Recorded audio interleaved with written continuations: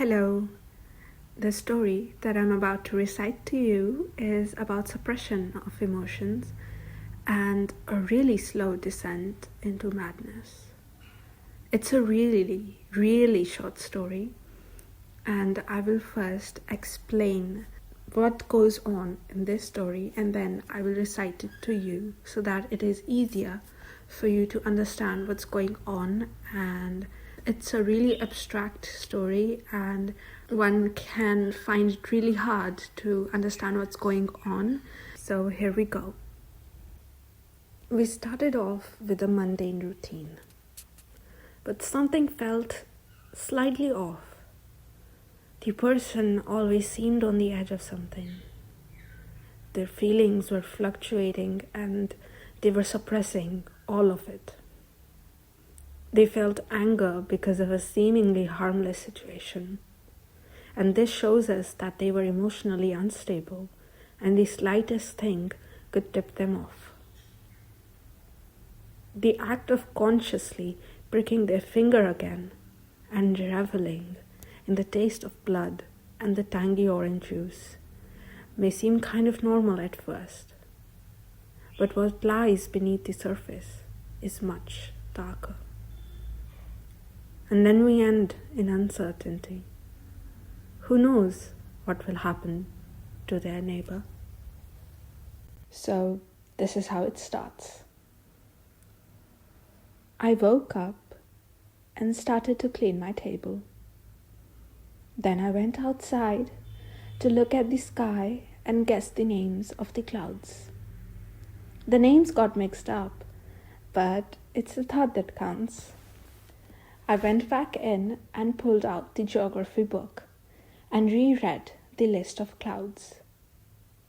After I was satisfied and was sure that I would remember the names the next time, I shut the book and went to sit at the table near the window. It was beautiful outside. The sunlight swept in and I turned into a sun child. My hair and face were flushed by the warmth of the morning sun. This brought me much pleasure, but I had to get up and I sat in a room with my newspaper.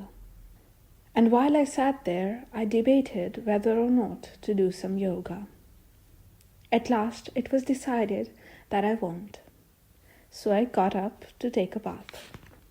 I hung the towel outside and entered the kitchen to prepare some breakfast.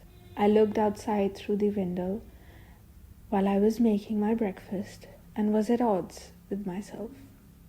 I never knew what I wished for, what I wanted to achieve. I was always fluctuating.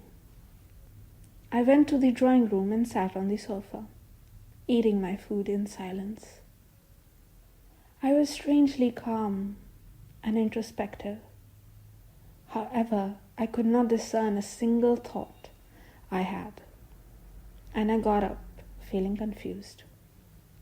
The neighbor slammed the door really hard, and I dropped the glass of juice that I had just prepared. Anger flared through me, and I grabbed the kitchen counters to stabilize myself.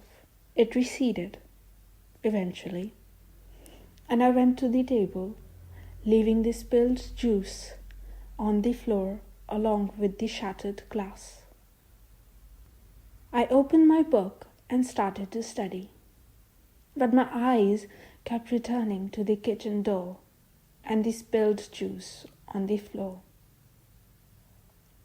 I sighed and went to clean it up.